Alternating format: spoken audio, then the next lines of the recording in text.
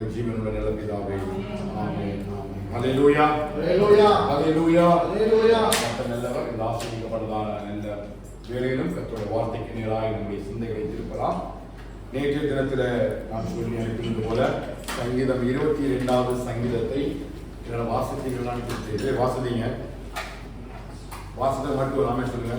ஆமென். ஒரு தடவை வாசித்தவங்க, 2 தடவை வாசித்தவங்க, 2 தடவை, ஒரு தடவை தான், மேக்ஸிமம் ஒரு தடவை. ஏன் அவங்க கத்தருடைய ஆசீர்வதிப்பாங்க. ஒரு தடவை வாசித்தா புரிஞ்சுக்கணும் எல்லாம். ஏமே நம்ம பிஸியா இருக்கிறீங்க, வரக்கூடிய நாட்களில் நீங்க 2 தடவை வாசிக்கும்படி கத்தருடைய கிருபை தருவாங்க. நம்மை தொடர்ந்து இந்த ஆவிக்குரிய அலங்காரத்தை குறித்து ஒவ்வொரு நாளும் நாம் அபிஷேக ஆராதனைகளை பேசிக் கொண்டு வருகிறோம். 3 மாதங்களாக ஆவிக்குரிய அலங்காரம் என்றால் என்ன என்பதையும், அந்த ஆவிக்குரிய அலங்காரத்திலே கர்த்தர் நம்மை எப்படி அலங்காரமாய் மாற்றி இருக்கிறார் என்பதை குறித்தும் நம்ம தெளிவாக கற்றுக்கொண்டோம். ஒரு சின்ன ஒரு கிளான்ஸ் கொடுத்து நான் கடந்து விரும்புகிறேன். தேவன் நம்மை அவருடைய சாயலாகவும் ரூபமாகவும் சிருஷ்டித்தார். ஆதாம் ஏவாளும் பாவம் செய்து ரோமர் 3:23 படி எல்லாரும் பாவம் செய்து தேவ மகிமை அற்றவர்களானனால அந்த ஏதேன் தோட்டத்திலே கொடுக்கப்பட்ட தேவனுடைய சாயல் என்று சொல்லப்படுகிறதான மெய்யான நீதியும் பரிசுத்தமும் இரட்சிப்பின் வஸ்திரமும் நீதியின் சால்வையும். ஆமென். எபேசியர் 4 விசுவாசிகள் சொல்லுங்க. 4:24 23 20 மறக்கவே கூடாது. ஏன் அப்படின்னா இந்த அலங்காரத்துல தான் கர்த்தர் நம்மை கொண்டு போகிறார். அந்த மணவாட்டியினுடைய திருமணத்துக்காக நம்மை ஆயத்தப்படுத்துகிறார். புரியுதா? என்ன கவனிங்க. மணவாளனாகிய கிறிஸ்து செய்கிறார், வரப்போகிறார். மணவாட்டியை நாம் அலங்கரிக்கப்பட்டு மணவாட்டியை போல தோற்றத்தை உடையவர்களாக இருந்தால் மட்டும்தான் மணவாளருடைய திருமண வீட்டுக்குள்ள நம்ம சென்றடைய முடியும், பிரவேசிக்க முடியும். அதனால்தான் ஆண்டவராகிய இயேசு கிறிஸ்து அந்த உவமையை சொல்லும் பொழுது கல்யாண வஸ்திரம் தரித்திராத ஒருவனை கர்த்தர் பார்த்து அவர் என்ன சொல்றாரு? சிநேகிதனே, நீ எப்படி கல்யாண வஸ்திரம் இல்லாதவனாய் இந்த திருமணத்துக்கு வந்தாய்? அதான் கேட்கிறாரு. அப்போ நம்ம எதற்கு கர்த்தர் ஆயத்தப்படுத்துகிறார்? ஆட்டுக்குட்டியானவருடைய திருமண நாளுக்கு என்று அலங்கரிக்கப்பட்ட மணவாட்டியாக கர்த்தர் நம்மை உருவாக்க வருகிறார்.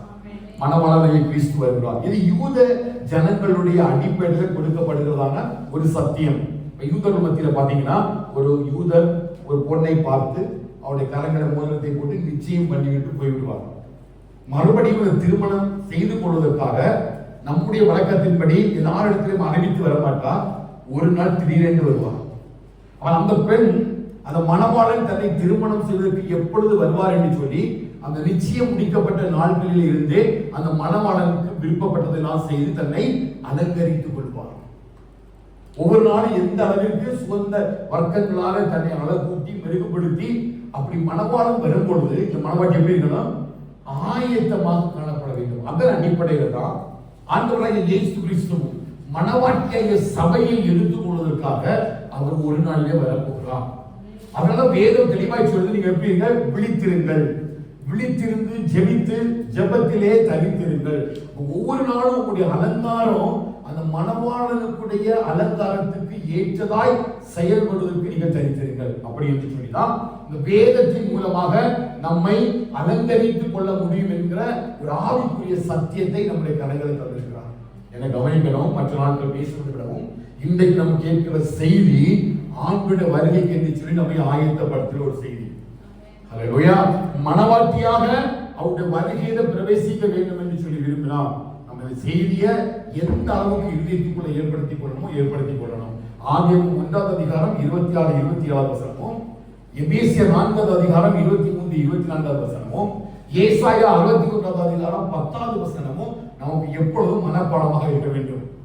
ஏதேன் தோட்டத்திலே அவர்களுக்கு கொடுக்கப்பட்ட அந்த சாயலையும் ரூபத்தையும் ஆதாம் மூலமாய், ஒரே மனுஷனாகிய ஆதாம் மூலமாய் இழந்து போகப்படுகிறது. கீழ்ப்படியாமை மூலமாய் அதை செஞ்சு இழந்து போகப்பட்டது.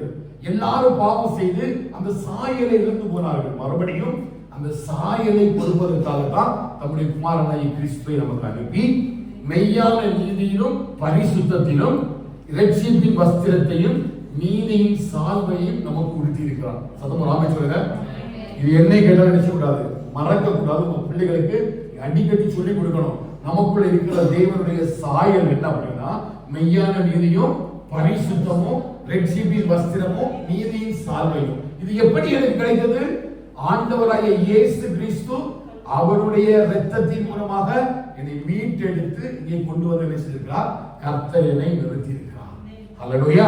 அப்ப அப்படிப்பட்ட ரட்சிப்பின் அலங்கரிப்பை, அந்த ஆவிக்குரிய அலங்கரிப்பை ஒரு நாளும் நம்ம என்ன செய்யக்கூடாது? விட்டு விடக்கூடாது. அதனால சத்தியத்தை விட்டு விலகாதிருங்கள், சத்திய வசனத்துக்குள் நிலைத்திருங்கள், உலகத்தோடு கூட ஐக்கியப்படாதிருங்கள், உலகத்தில் உள்ள வேஷம் தரிக்காதிருங்கள், உலகத்திற்குள் எந்த ஒரு காரியத்திலையும் உங்களை ஈடுபடுத்திக் கொள்ளாதிருங்கள். ஏனென்றால் உலகத்தினுடைய இந்த ஷேடோ, இந்த உலகத்தினுடைய இந்த வேஷம் இந்த ஆவிக்குரிய சாயலை உடைத்தறியப்படுகிறது. ஹல்லேலூயா. அப்ப ஆவிக்குரிய சத்தியத்துல, அந்த ஆவிக்குரிய அலங்காரத்துக்கு சத்தியம் ரொம்ப முக்கியமானது. வேதம் சொல்லுது, சத்தியத்தை அறிவீர்கள், சத்தியம் உங்களை விடுதலையாக்கும், உம்முடைய வேதமே சத்தியம். இருக்குதா? உம்முடைய வேதமே சத்தியம். அப்போ இந்த அடிப்படையில தான் கர்த்தர் நம்ம எப்படி மாற்றினார்னா அவருடைய சாயலாக மறுபடியும் மாற்றினார். அந்த மறுபடியும் அந்த சாயலாக மாற்றினார் என்று சொல்லி ஒரு வார்த்தையோடு நம்ம சொல்ல முடியாது. அந்த இடத்தை விட்டு கடந்து போய்விட முடியாது. அந்த ரட்சிப்பின் வஸ்திரமும் நீதியும் சால்வையும் எனக்கு எப்படி அலங்காரமாக கொடுக்கப்பட்டிருக்கிறது என்பதை இன்றைக்கு சபைகள் சரியான ஒரு ஆவிக்குரிய அஸ்திமானமாக போதிக்காதனாலதான் இன்னைக்கு வசனத்தை குறித்தோ சத்தியத்தை குறித்தோ முக்கியத்துவம் கொடுக்காத அன்படிக்கு உலகத்தினுடைய கிரிகள் எல்லாம் இன்னைக்கு ஆலயத்துக்குள்ள வந்து வேத வசனத்தை விடவும் வேற்று காரியங்களுக்கு அதிக முக்கியத்துவம் கொடுக்கிறார்கள். ஹல்லேலூயா. ஆவிக்குரிய இந்த அலங்காரத்தின் மூலமாக மட்டும்தான் ஆண்டவராகிய இயேசு கிறிஸ்துவின் வருகையில நம்ம பங்கெடுக்க முடியும், அவரை தரிசிக்க முடியும். வாழ்க்கையில எதை இழந்தாலும் இந்த ஆவிக்குரிய அலங்காரத்தை இழந்து விடக்கூடாது என்று சொல்லி எந்த ஒரு தேவ ஜனம் சபை ஆவிக்குரிய அலங்காரத்தோடு கூட நடந்து திரிகிறதோ அவர்களை ஒருவனால் இந்த பூமியில தொடவே முடியாது. அதுதான் தேவன் நமக்கு போட்டுக்கிற பரிசுத்த ஆவிக்குள்ள ஒரு முத்திரை. ஹல்லேலூயா. சத்தமா ஆமென் சொல்லி பார்க்கலாம். ஓசே நாட்டிலே இஸ்ரவேல் ஜனங்கள் வாழ்ந்து கொண்டிருந்த பொழுது எகிப்திலே சம்பவித்ததான எந்த வாதைகளும் ஓசே நாட்டிலே சம்பவிக்காத அளவிற்கு தேவன் அந்த நாட்டிற்கும் இந்த எகிப்து நாட்டுக்கு ஒரு வித்தியாசத்தை உண்டு பண்ணுவது போல யாரெல்லாம் இந்த அலங்கரிப்பை அலங்காரத்துடனே கொண்டு நடக்கிறார்களோ அவர்களை இந்த உலகத்துல ஒருவன் தொடவே முடியாது. சத்தமா ஆமென் சொல்லி பார்க்கலாம். ஏன் அப்படி என்று சொன்னால் நம் எல்லாருக்கும் என்ன முடிந்து விட்டது? நிச்சயதார்த்தம் முடிந்து விட்டது. எல்லாரையும் அழைத்து தேவன் என்னோடு கூட ஒரு உடன்படிக்கை பண்ணி மணவாளனாகிய கிறிஸ்துவுக்கும் மணவாட்டிய சபையாகிய எனக்கும் ஒரு நிச்சயத்தை உருவாக்கி விட்டிருக்கிறார். இப்பொழுது நான் வாலிப பெண் அல்ல, நிச்சயிக்கப்பட்ட ஒரு மணவாட்டி. புரியுதா? இந்த ஊர்ல நிச்சயிக்கப்பட்ட பெண் வந்து அதிகமா வெளியே விட மாட்டாங்க, யாரையும் அதிகமா பேசாது. ஏன்னா அவள் ஒருவனுக்காக நிச்சயிக்கப்பட்டிருக்கிறாள். அவளுடைய திருமண நாள் வருகிறது வரையிலும் அவள் அந்த மணவாளனுக்காக தனி வீட்டுக்குள்ள இருந்து பத்திரமா எல்லாவற்றையும் பார்த்து பார்த்து செய்வது போல ஆண்டவராகிய தேவன் அவருடைய குமாரனாகிய கிறிஸ்து என்று சொல்லி நம் ஒவ்வொருவரையும் அவர் முத்திரை மோதிரத்தினால நல்ல ஒரு உடன்படிக்கை ஏற்படுத்தி உங்களுக்கு ஒரு நல்ல நிச்சயதார்த்தத்தை முடித்திருக்கிறார். நாம் எல்லாரும் அந்த மணவாளனுடைய மணவாட்டிகள், சாதாரண மணவாட்டிகள் அல்ல, நிச்சயிக்கப்பட்ட மணவாட்டிகள். ஹல்லேலூயா.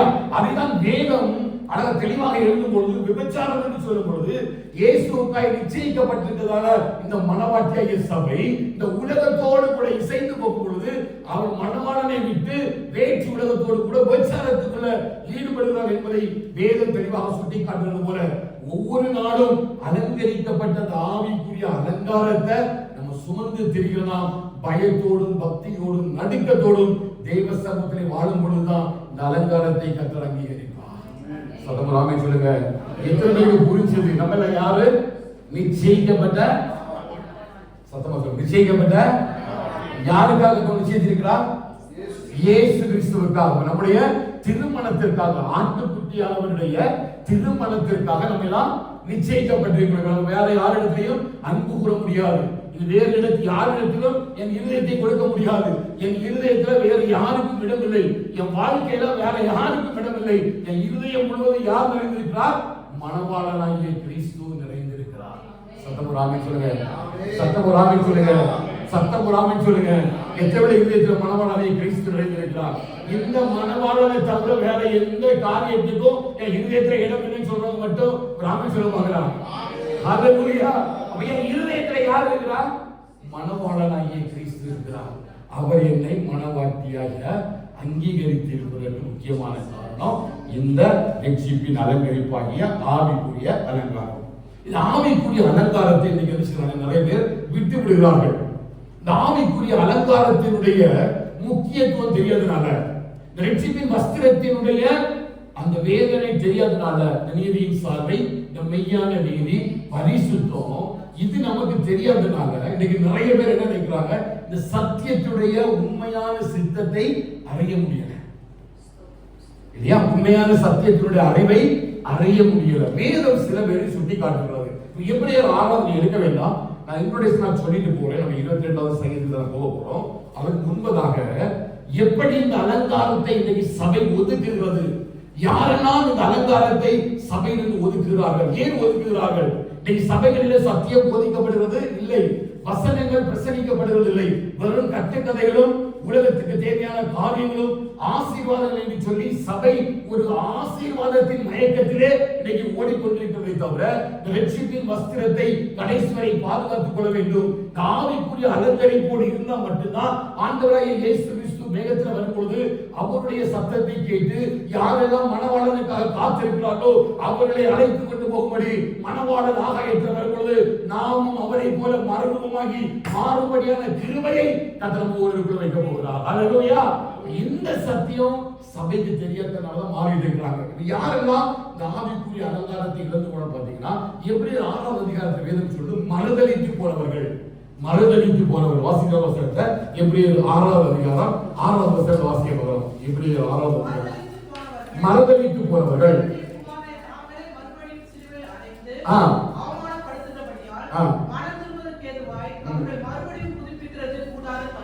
மறுபடியும் அவர்களை புதுப்பிப்பது கூடாத காரியம். யாரு மறுதலித்து? யாரை மறுதலித்து போனவர்கள்?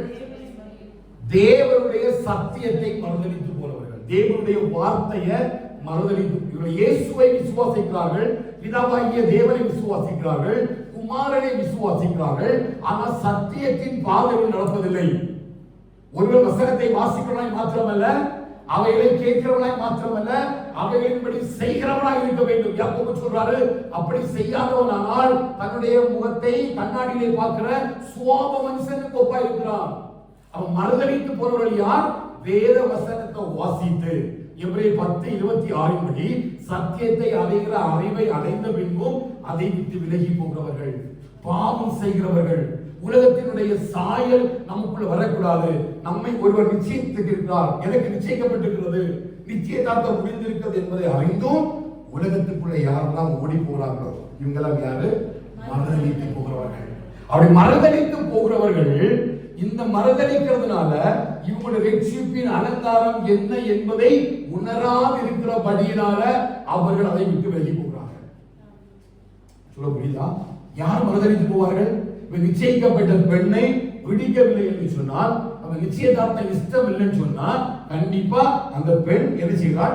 வேறொருவரோடு கூட போகிறாள். அது உபச்சாரம், அது வேறு விதமாக போறது. ஆனால் தேவன் நம்மை அப்படிப்பட்ட ஆவிக்குரிய அலங்காரத்துக்குள்ள, உடன்படிக்கைக்குள்ள, நிச்சயதார்த்தத்துக்குள்ள கர்த்தர் வைத்து போயிருக்கிறார். நம்மளை நம்பி இந்த உலகத்துல விட்டு நீ வெயிட் பண்ணுங்க. யோவான் 14:1 படி, நான் போய் உங்களுக்கு ஒரு ஸ்தலத்தை ஆயத்தம் பண்ணின பின்பு மறுபடியும் நான் உங்களிடத்துல வந்து நான் உங்களை கொண்டு போவேன், உங்கள் இருதயம் கலங்காது இருப்பதாக. யோவான் 14:1-3 தெளிவாய் ஆண்டவர் வாக்கு தந்து போயிருக்கிறார். அந்த வார்த்தையை விசுவாசிக்காதவங்க தான் மறுதலித்து போறாங்க. இவர்களை மறுபடியும் அலங்கரிப்பு நினைச்ச முடியாது, கொண்டு வர முடியாதுங்க. அவங்க அந்த அலங்கரிப்பை விரும்பாதபடிக்கு, அந்த ரட்சிப்பின் அலங்கரிப்பினுடைய நிச்சயத்தை புரியாதபடிக்கு, அதை உணர்ந்து கொள்ளாதபடிக்கு நினைச்சாங்க, விட்டு போறாங்க. இன்னொரு ஆள் பாத்தீங்கன்னா, நேற்றைய வாசனை வசனம் எபிரேயர் 10வது அதிகாரம் 29வது வசனம்.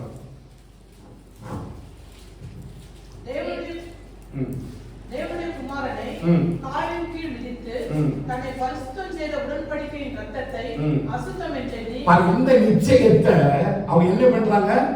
அசுத்தமா நினைக்கிறாங்க. பரலோகத்திலிருந்து பிதாவாகிய தேவன் தம்முடைய குமாரனை இந்த பூமிக்குள்ள கொண்டு கவனிக்கிறீங்களா? இந்த அலங்காரத்தினுடைய தன்மை உணராதவர்கள் யாரெல்லாம் இந்த உடன்படிக்கையின் இரத்தத்தை என்ன பண்ணாங்க? அவமதிக்கிறாங்க. அப்படின்னா அதை அவங்க புரிந்து கொள்ளவில்லை. இது எவ்வளவு பரிசுத்தமுள்ள ரத்தம், இந்த ரத்தம் எப்படி சிலுவையிலே சிந்தப்பட்டது என்பதையும் யாருக்காக சிந்தப்பட்டது என்பதையும் நான் வாழ்ந்திருக்கும்படிதான் இந்த ரத்தத்தை அவர் சிந்தினார் என்பதை மறந்து அதை அசுத்தம் என்று ஓடுகிறவரையும் என்ன செய்ய முடியாது, புதுப்பிக்க முடியாது. இந்த கூட்டத்தில் நம்ம இருக்கிறோமா? மறந்தளித்து போகிற கூட்டத்தில் இருக்கிறோமா? ரட்சிப்பின் அலங்கரிப்பை அறிந்து கொண்டவர்களால இந்த கூட்டத்துக்குள்ள வர முடியாது. அந்த ரட்சிப்பின் அலங்காரத்தை யார் உணர்ந்து இருக்கிறாங்களோ, ரட்சிப்பின் பரிசுத்தத்தை யாரெல்லாம் அறிந்திருக்கிறார்களோ, இவர்களால எந்த சூழ்நிலையிலும் இந்த கூட்டத்துக்குள்ள என்ன செய்ய முடியாது, சேர முடியாது. ஒன்று மதலித்து போனவர்கள், இரண்டாவது அந்த உடன்படிக்கை ரத்தத்தை அசுத்தம் என்று எழுதுவார்கள். இன்னொரு பாத்தீங்கன்னா யாக்கோபு 5வது அதிகாரம் 19 20வது வசனம் வாசிப்பாங்க. சகோதரரே, உங்களில் ஒருவன் சத்தியத்தை விட்டு விலகி மோசம் போகும்போது மற்றொருவன் அவனை திருப்பினான். உங்களில் ஒருவன் சத்தியத்தை விட்டு விலகி போகிறவன். மூன்றாவது யாரு? சத்தியத்தை விட்டு விலகி போகிறவன். இவருக்கு சத்தியம் என்னன்னு தெரியும், ஆனா அவன் என்ன நிற்க மாட்டான். சொல்லுங்க, சத்தியத்துக்குள்ள நிற்க மாட்டான். வசனம் என்னன்னு தெரியும், வசனத்தின்படி செய்கிற கிரியைகள் எல்லாம் பாவம்னு அவனுக்கு தெரியும். சத்திய வசனத்தின்படி இவைகளை செய்யக்கூடாது, இவைகளை பிரியமா இருக்கக்கூடாது, இவைகளை செயல்படக்கூடாது என்று சொல்லி தெரியும். தெரிந்தும் ஒரு என்ன பண்றான், சத்தியத்தை விட்டு விலகி போகிறான். மூன்று கூட்டத்தாரை தான் வேதம் நமக்கு எப்படி காண்பித்திருக்குன்னா, இவங்க மூன்று பேரும் இந்த ரட்சிப்பின் அலங்காரமாகிய அந்த ஆவிக்குரிய அலங்காரத்தின் அஸ்திவாரத்தை உணராதவர்கள். ஆவிக்குரிய அலங்காரத்தின் அஸ்திவாரத்தை உணராதவர்கள். நான் உலகத்திலே உங்களுக்கு எடுத்துக்காட்டு சொல்லணும்னு சொன்னால், நிச்சயிக்கப்பட்ட ஒரு பெண்ணை குறித்து நமக்கு தெரியும். நிச்சயமா மகளிருக்கு போகக்கூடாது, அவர் நிச்சயிக்கப்பட்ட அந்த மணமகனுக்கு எதிராக செய்யக்கூடாது, அங்கே கொடுக்கப்பட்டிருக்கிறதுனா அந்த எந்த உடன்படிக்கையை மீறக்கூடாது, கடைசி வரையிலும் அவள் அதற்காக காத்திருக்க வேண்டும். அப்படிதான் ஒரு பெண் நிச்சயிக்கப்பட்டு ஒரு மணவாளனுக்காக மணவாட்டியாக ஆயத்தமாக்கப்படுகிறார். அந்த இரு வீட்டாரும் இணைந்து அந்த திருமணத்தை நடத்தி அவர்களுக்கு உலகத்திலே ஆவிக்குரிய வாழ்க்கையிலும் சரீரத்திலேயும் வாழ்ந்து பெருக்கும்படி வேதத்தில் அங்கே ஆசீர்வாதம் கொடுக்கப்பட்டிருக்கிறது. ஹல்லேலூயா. அதே போலதான் ஆண்டவராகிய இயேசு கிறிஸ்துவும் பிதாவாகிய தேவன் தம்முடைய குமாரனாகிய கிறிஸ்துவை இந்த உலகத்தில் கொண்டு வந்து நமக்கு அப்படிப்பட்ட ஒரு நிச்சயதார்த்தத்தை நடத்தி சென்றிருக்கிறார். அவர் மறுபடியும் வருவார். அவர் எப்படி எழுந்தருளி போனாரோ அப்படியும் என்ன செய்வார், மறுபடியும் வருவார். அப்போ இந்த மூன்று கூட்டத்தாரும் அந்த ரட்சிப்பின் அலங்கரிப்பை தங்களுக்கு என்ன செய்ய முடியாது, அலங்கரிக்கவும் புதுப்பிக்கவும் முடியாது. இந்த கூட்டத்தில் நம்ம இருந்தா கடைசி நாட்களை நமக்கு ஐயோ. இந்த தெளிவோடு கூட தான் நம்ம வேதத்தை வாசித்து ஒவ்வொரு நாளும் நம்மை கிறிஸ்துவுக்குள்ளாக அலங்கரிப்பதற்கு நம்ம பிரயாசப்பட வேண்டும். சொல்லுங்க ஹல்லேலூயா. இப்ப பாருங்க, அப்படிப்பட்ட ஒரு மணவாளனுக்காக தான் கர்த்தர் நம்மை ஆயத்தப்படுத்தி இருக்கிறார். அப்போ மணவாளன் நம்மை ஆயத்தப்படுத்துவதற்கு நம்முடைய அழகு ஒன்றும் இங்கே காரணம் அல்ல. மணவாளன் மணவாட்டிய என்னை தெரிந்தெடுப்பதற்கு என்னுடைய அழகோ அல்லது என்னுடைய பலமோ என்னுடைய தோற்றமோ என்னுடைய கிரியைகள் ஒன்றும் நல்ல தெளிவாக பரிசுத்தமாக இருந்ததுனால ஒன்றும் கர்த்தர் என்னை யாராக தெரிந்து கொள்ளவில்லை. சத்தமா சொல்லுங்க, என்னை கவனிக்கலாம், அப்பதான் இது புரியும். எதன் அடிப்படையில கர்த்தரை தெரிந்து கொண்டார் என்று சொன்னால், உலகத்துல ஒரு மணமகன் ஒரு மணமகளை தெரிந்து கொள்ளும் பொழுது அவன் அநேக அடிப்படைகளில, சரீரத்தினுடைய தன்மைகளில, ஹைட்டு, கலரு, அவருடைய படிப்பு, அவளுக்கு இருக்கிற அந்தஸ்து, அவருடைய ஜாதி, அவருடைய மதம் என்று சொல்லி சகலவற்றிலும் ஒரு மணவாட்டியை தெரிந்து கொள்ளும் பொழுது மணவாளன் இத்தனை அம்சங்களை வைத்துதான் ஒரு மணமகனை தெரிந்து கொள்கிறார்கள், அல்லது ஒரு மணமகளை மணவாட்டியாக தெரிந்து கொள்கிறார்கள். ஆனால் தேவன் நம்மை தெரிந்து கொள்ளும் பொழுது எந்த சூழ்நிலை நம்மை தெரிந்து கொண்டார்? எசேக்கியேல் 16வது அதிகாரத்தினாய் நம்முடைய சிந்தைகளை திருப்பும் என்று சொன்னால், நீங்க வந்தீங்கன்னா எசேக்கியேல் 16வது அதிகாரத்துல அழகாக ஆண்டவர் அந்த நிலைமையை நீங்க காண்பித்து கொடுக்க பாருங்க. 3வது 4வது வசனத்தை வாசித்த வசனம் தான், உன் பிறப்பின் வர்த்தமானம். இதெல்லாம் என் இருதயத்துல இந்த வசனங்கள்லாம் மறக்க கூடாது. எசேக்கியேல் 16வது அதிகாரத்தை நீங்க நினைச்ச கூடாது, மறக்க கூடாது. ஏன் அப்படின்னா, நமக்கு நிச்சயதார்த்தம் நடந்த நாட்களிலே என்னுடைய நிலைமை தான். மணவாளன் என்னை பார்க்கும் பொழுது என்னுடைய அழகான சௌந்தரியத்தை பார்த்தோ, அவருடைய ஹைட்ஸை பார்த்தோ, என் பரிசுத்தத்தை பார்த்தோ, என் நீதியை பார்த்து ஒன்றும் கர்த்தர் என்ன மனவாட்டியா தெரிந்து கொள்ளவில்லை. புரியுதா? எப்படி தெரிந்து கொண்டார்? இங்க பாருங்க, என்னுடைய நிலைமை பாருங்க. மனவாட்டி என்று அழைக்கப்படுவது என்னுடைய நிலைமை என்ன? வாசிக்க என்னவென்றால்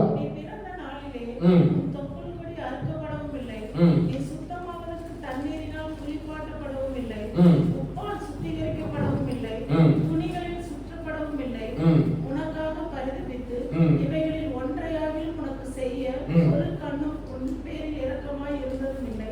நீ பிறந்த நாளில் நீ அருவருக்கப்பட்டதினால் வெளியில் எரிந்து விடப்பட்டாய். நான் உன் அருகே கடந்து போகும்போது மிதிக்கப்படுவதற்கு ஏதுவாய் நீ உன் ரத்தத்தில் கிடக்கிறதை கண்டு உன் ரத்தத்தில் கிடக்கிற உன்னை பார்த்து பிழைத்திரு என்றேன். உன் ரத்தத்தில் பிழைத்திரு என்று சொன்னேன். உன் ரத்தத்தில் கிடக்கிற உன்னை பார்த்து பிழைத்திரு என்று சொன்னேன். உன்னை வயலின் பயிரை போல அநேகமாயிரமாய் பெருகும்படி வைத்து நீ வளர்ந்து பெரியவளாகி மகா சௌந்தரியவதியானாய். உன் ஸ்தனங்கள் எழும்பின, உன் மயிர் வளர்ந்தது. ஆனாலும் நீ நிர்வாணமும் அம்மனமுமாய் இருந்தாய். நான் உன் அருகே கடந்து போடும்போது உன்னை பார்த்து இதோ உன் காலம் பருவ காலமாய் இருந்தது. அப்பொழுது என் வஸ்திரத்தை உன்மேல் விரித்து, எப்போதும் என்ன வஸ்திரம்?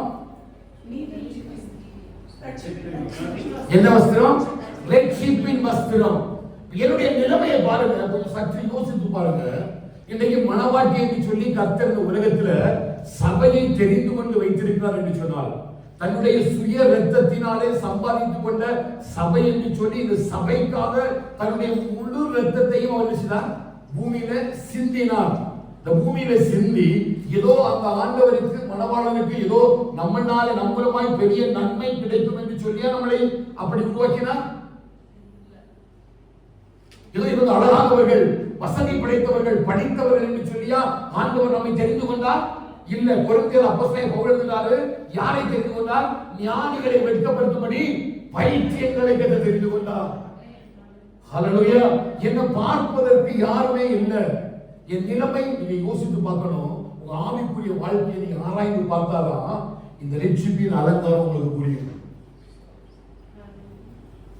நான் வளர்ந்து பருவமாகி பெரிய மனிதர் ஆன பிறகு வஸ்திரம் இல்லாமல் சாலையின் ஓரத்தில் நான் படித்து கிடக்கிற ஒரு சூழ்நிலையை நீங்க யோசித்து பாருங்க. ஒவ்வொருவரும் சிறு பிள்ளையா இருக்கும் போது அல்ல, நான் முதிர் வயதுள்ளவனாக பொழுது அல்ல, நான் வாலிப வயதான பொழுது என்ன சம்பவிக்கிறது? என்னுடைய நிர்வாணம், வஸ்திரம் இல்லாமல் என்னை பார்ப்பதற்கு ஒரு கண்ணுமே இல்லை. என்னை எல்லாரும் என்ன செய்றாங்க? என்னை கடந்து போகிறார்கள். ஆனால் எனக்கு வந்து தயவையும் இரக்கத்தையும் காட்டும்படி ஒரு கண்களும் என்ன நோக்கமாய் இருந்ததில்லை. இதை புரிந்து கொண்டவனால மட்டும்தான் சத்தியத்தை நிறைந்திருக்க முடியும். இதை புரிந்தவளாக மட்டும்தான் சத்திய வசனத்துக்காக தன்னுடைய ஜீவனை கொடுக்க முடியும். அப்போஸ்தலன் பவுல் சொன்னாரே, எவ்வளவு நெருக்கம் வந்தாலும் பாடு வந்தாலும் ஒரு பொழுது கிறிஸ்துவின் அன்பை விட்டு என்னை பிரிக்க மாட்டாது என்று சொல்லி ஏன் அவன் நிச்சயித்திருந்தானா? அவனுக்கு ஒன்னும் தெரியும், தான் வாழ்ந்த காலத்திலே அவருடைய எல்லா வாழ்க்கையினுடைய காரியத்திலே இப்படிப்பட்ட ஒரு சூழ்நிலையை அவன் கற்றுக்கொண்டதுனால்தான். என்ன கற்றுக்கொண்டான்? குற்றையிலும் குறைவிலுமாய் கிடந்ததான அந்த வழியிலே வஸ்திரம் இல்லாமல் இருந்த ஒரு நிலைமை. அநேக பேர் என்னை கடந்து போனார்கள். அதனால ஆண்டவரை இயேசு கிறிஸ்து உவமை சொல்லும் பொழுது நல்ல சமாரியன் என்கிற ஒரு உவமை அங்கே சொன்னார். ஒரு அடிக்கப்பட்டு கிடந்தான். ஆலயத்துடைய பிரதான ஆசாரியன் போகிறார், வழிபோக்கர் போகிறார், எல்லாரும் அவனை விட்டு கடந்து போகிறார்கள். ஆனால் நல்ல சமாரியன் வரும்பொழுது அவனை தன்னுடைய வாகனத்தில் ஏற்றி, குதிரையின் மேல ஏற்றி, அவனை சத்திரத்திலே கொண்டு போய் சில காசுகளை கொடுத்து, இவனை பராமரித்துக் கொள்ளுங்கள், நான் மறுபடியும் வருவேன் என்று சொல்லி அவன் சொல்லி போன பொழுது அந்த மனுஷனுடைய உள்ளம் அவனுக்காக ஏங்கினது. ஹல்லேலூயா.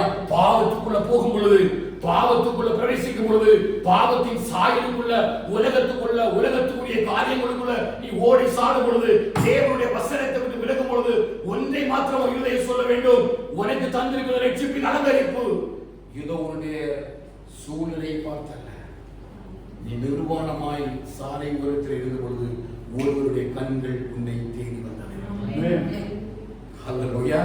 சத்தம் பாட சொல்ல பார்க்கலாம். அநேகத்தில் சொன்னது போல பேசுகிற தலைப்பு என்னன்னு பார்த்தீங்கன்னா, மணவாளனின் அலங்கோலமும் மணவாட்டியின் அலங்காரமும். மணவாளனின் அலங்கோலமும் மணவாட்டியினுடைய அலங்காரமும். இவன் மணவாட்டியாக என்னை பார்க்கும் பொழுது இப்ப எனக்கு என்ன வஸ்திரம் இல்லை, நான் நிர்வாணமா இருக்கிறேன். என் அநேகரை கடந்து போகிறார்கள். நான் வாலிப வயது மங்கையா இருக்கிறேன். எல்லாருடைய கண்களுக்கு நான் விளக்கமா இருக்கிறேன். ஏளனம், அவமானம், நிந்தை அப்படி எல்லாம் நாம் போகும் பொழுது அவர் தன்னுடைய வஸ்திரத்தை என் மேல விரிக்கணும் அப்படின்னா அவர் அவருடைய வஸ்திரத்தை இழக்கணும். புரியுதா? அவர் எனக்கு அவருடைய வஸ்திரத்தை எடுத்து எனக்கு மூடணும் அப்படின்னா அவருக்கு கொடுக்கப்பட்ட ஒரு பெரிய பிரச்சனை, ப்ராப்ளம் என்னன்னா அவர் தன்னுடைய வஸ்திரத்தை அங்க இழக்கலாம். அதனாலதான் அவர் அணிந்திருந்த வஸ்திரத்தை எல்லாம் எடுத்துட்டு அறையில ஒரு கச்சையை மட்டும் கட்டி அவர் என்னை அலங்கரிக்கும்படியா அவர் அங்கே அலங்கோலமாய் அந்த ரோமருடைய அந்த ஆட்களோட மத்தியில் அவர் வீற்றிருந்தார். சரீரத்தில் ஒவ்வொரு அடியும் விடும் பொழுதும் அவருடைய நினைவுகளும் அவருடைய எண்ணங்களும் இதோ சாலை ஓரத்திலே வஸ்திரம் இல்லாமல் நிர்வாணமாய் கிடக்கிற ஒவ்வொரு மணவாட்டியையும் பார்த்த பொழுது எல்லாவற்றிலும் தன்னை ஒப்பு கொடுப்பதற்கு வாயில் திளவாது இருக்கிற ஆட்டுக்குட்டியை போல இருந்தார். இவன் என்னுடைய நிலைமை இது. இப்போ என் மணவாளனுடைய நிலைமை என்ன தெரியுமா? பிலிப்பியர் 2வது அதிகாரத்தில் பார்த்தீங்களா? வாசிக்கலாம். பிலிப்பியர் 2வது அதிகாரம் 6வது வசனம். என் மணவாட்டியுடைய நிலைமை இது. மணவாளனுடைய நிலைமையை பாருங்க. அவர் தேவனுடைய ரூபமாய் இருந்தும் தேவனுக்கு சமமாய் இருப்பதை கொள்ளையாடின பொருளாக பாருங்க. இப்ப என்னுடைய நிலைமை என்ன? நிர்வாணம், என் பார்ப்பதற்கு ரூபம் இல்லை, என் தொப்புள் கொடி அறுக்கப்படல, குளிப்பாட்டப்படல, ஒண்ணுமே இல்லாம நான் வளர்ந்து பருத்து அழகா வாலிப பிரேமா நிர்மாணமா கிடக்கிறேன். ஆனா என்னை மீட்க வந்த மணவாளன் என்னை ஒரு நிச்சயிக்க வந்தாரே. நம்ம போய் இப்படி பொண்ணை நிச்சயித்து கொண்டுருவோமா? நம்முடைய குடும்பத்துக்கு நம்ம ஒரு மணமகன் மணமகளை பார்க்கும் பொழுது யாராவது இப்படி சாலை ஓரத்தில் நிர்வாணமாய் அலங்கோலமாய் குளிக்காம ட்ரெஸ் பண்ணாம அப்படி சாலை ஓரத்தில் இருக்கிற யாரையாவது நம்ம மணவாட்டியாக நம்ம அக்செப்ட் பண்ணுவோமா? இல்ல மாட்டோம் இல்லையா? வேதம் சொல்லுது மணவாளனுடைய ரூபம் எப்படி இருந்ததா?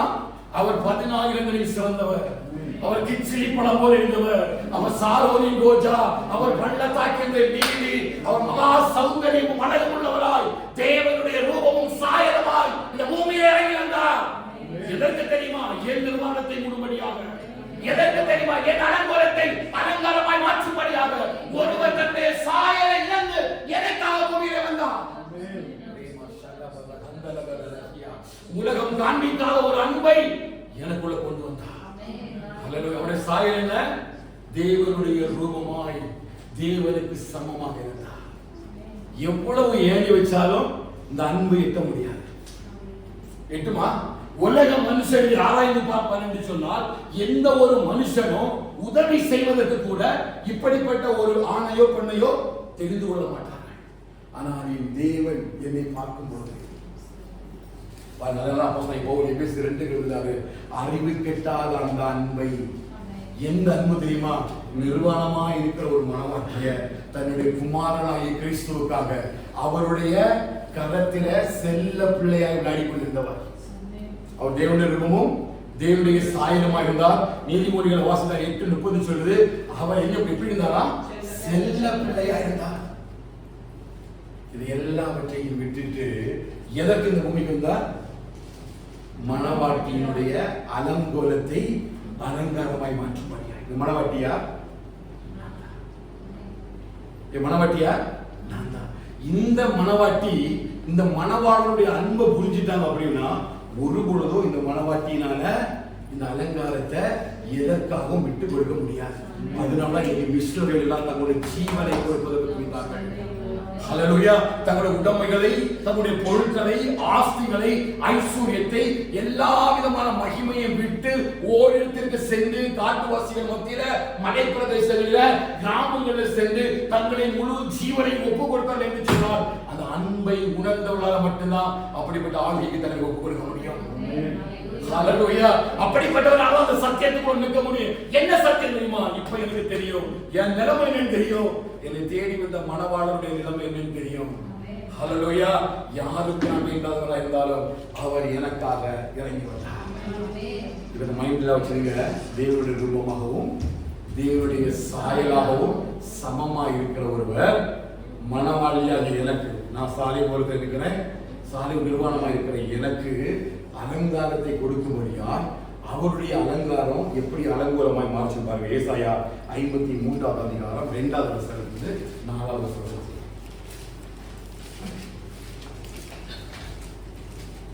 நிலத்திலே போலவும் வறண்ட நிலத்திலிருந்து துளிர்க்கிற வேரை போலவும் அவனுக்கு முன்பாக எழும்புகிறார்.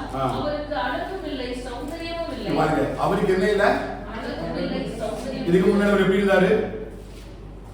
தேவனுடைய ரூபமும் தேவனுக்கு சமமாக இருந்தார். 10,000களில் சிறந்தவராக இருந்தார். கிச்சிலி படம் போல இருந்தார். சாரோனின் ரோஜாவாக இருந்தார். பள்ளத்தாக்கின் லீலியாக புஷ்பமாக 10,000 பேர் கொண்டு நடத்தினாலும் 16,000 பீப்புளை கொண்டு நடத்தினாலும் என் இயேசுவை நடத்தும் பொழுது அவர் எல்லாரையும் காட்டிலும் என் மேலானவர். அவர் அழகு உள்ளவர், அவர் சௌந்தரியம் உள்ளவர். அப்படி சௌந்தரியம் உள்ளவர். நிலைமை யாருக்காக மாறுது? பணத்துக்காகவா? இந்த உலகத்தில் உள்ள காரியங்களை, ஐஸ்வர்யத்தை சம்பாதித்துக் கொள்வதற்காக பிசாசு சொல்றான், நீ என்னை தாழ விழுந்து பணிந்து கொண்டால் நீ பார்க்கிற எல்லாத்தையும் ஒரு உலகத்தின் ஐஸ்வர்யத்துக்காக தன்னுடைய அழகை இருந்தா யாருக்காக? யாருக்காக? சொல்லுங்க, யாருக்காக? எனக்காக, என் குடும்பத்துக்காக, என் பிள்ளைக்காக நான் வாழ்ந்திருக்கும்படியா, நான் நித்திய ஜீவனை சுதந்திரித்துக் கொள்ளும்படியா, எனக்கு இரக்கமும் தெய்வம் கிடைக்கும்படியா என்னை தேடி ஒருவர் வந்தார். வந்தவர் 10,000 பேர்களில் சிறந்தவர். இன்னைக்கு அவருடைய நிலைமை பாருங்க. அவர் என்ன இல்லையா? அழகில்லை, அழகில்லாதவர். அவர் அழகில்லாதவரா? பேரழகர். அவரை பார்ப்பதற்கு 1000 கோடி கண்கள் வேணும். அதான் பார்க்கணும், அழகான கண்கள் என்னை கண்டதாலே. ஒரு அழகான கண்களுடைய தோற்றம் அவ்வளவு பெரியது. அப்படிப்பட்ட ஒரு தேவன் மனவாட்டியாகிய எனக்குள்ள அவர் அலங்காரத்தை கொண்டு பண்ண முடியும். இவருடைய அலங்காரம் எப்படி மாறுது? அலங்கோலமா மாறுது. மனவாட்டியினுடைய அலங்கோலம் புரியுதா? அலங்காரமா இருந்த மணவாளனாகிய கிறிஸ்து அலங்கோலமா இருந்த மனவாட்டியாகிய எனக்காக அவர் எப்படி மாறாரு? அவர் அலங்கோலமாய் மாறி என்னை கொஞ்சம் கொஞ்சமா அலங்கரிக்கிறார்.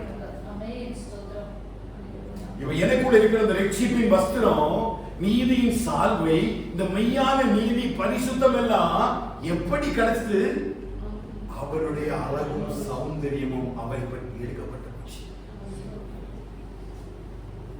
இல்லையா? நம்ம கொஞ்சம் ஒரு சின்ன ஒரு பிம்பிள் வந்துட்டு, கொஞ்சம் ஃபேஸ்ல கொஞ்சம் ஃபயர் வந்து ஏதாவது ஆயிடுச்சு, முகத்துல ஏதாவது ஒரு காரியம் வந்துச்சுன்னா நம்ம எவ்வளவு உடைஞ்சு போறோம். 1000 தடவை கண்ணாடி பார்க்கிறோம், இது மாறுமா? என்னெல்லாம் நம்ம ரெடி பண்ணணுமோ அவ்வளவு தூரம் அந்த அழகை சௌந்தரியத்தை கொண்டு வந்ததுக்கு நமக்காக. ஒருவர் பாருங்க, தனக்காக அல்ல, தன்னுடைய சுயத்துக்காக அல்ல, தனக்காக மட்டுமல்ல, அவர் மனவாளியாகிய என்னை பார்க்க. நான் ஏதோ ஒரு கிராமத்துல ஏதோ ஒரு இடத்துல இருந்தேங்க. அவர் என்னை பார்த்த பொழுது அவருக்கு இந்த அலங்காரம் ஒன்றும் பெருசா தெரியல. அவரின் அலங்கோலத்தை பார்த்து என்னை தேடி வந்தார். அது ஒரே ஒரு அர்த்தம் தெரியுமா? பரிசுத்தம். இதை இழந்து விடாதுங்கன்னு தான் சபைக்கு நம்ம புத்தி சொல்றோம். நீ உலகத்தினுடைய வேஷத்தை தரிக்கும் பொழுது, உலகத்தினுடைய சாயலை உனக்கு கொண்டு வரும் பொழுது, ஒரு தேவ சாயலை இழந்து ஒருவர் எனக்கு தேவ சாயலை தந்தாரே, அவரோட வலியும் வேதனையும் அன்பும் புரிஞ்சுனா என்னால் அந்த சாயலை தரிக்கவே முடியாது. என்ன பண்ற பாருங்க, அழகு இல்ல, சௌந்தரியம் இல்ல, அவரை பார்க்கும் பொழுது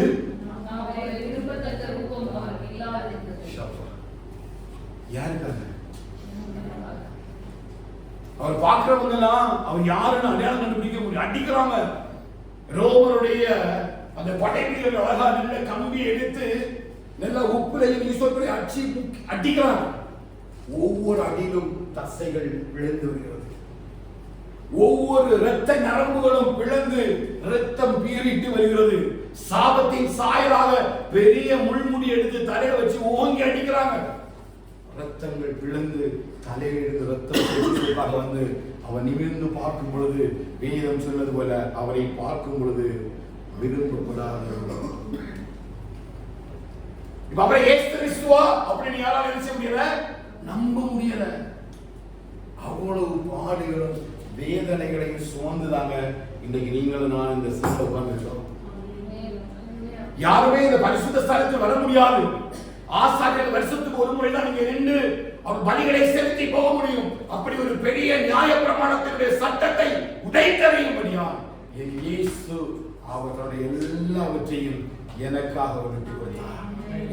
தேவ சமூகத்தில் நான் குடும்பமாய் உட்கார்ந்து தேவனை ஆராதிக்கும்படி கர்த்தர் பெரிய கிருபை எனக்கு செலுத்தினார். அதனால வசமா இருக்க அடுத்த வசனம் வாசிங்க.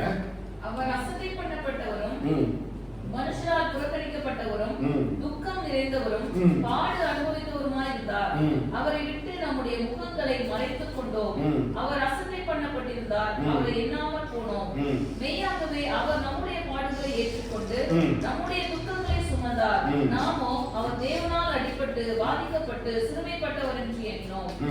நம்முடைய மீறுதல்களின் நிமித்தம் அவர் காயப்பட்டு நம்முடைய அக்கிரமங்களின் நிமித்தம் அவர் நொறுக்கப்பட்டார்.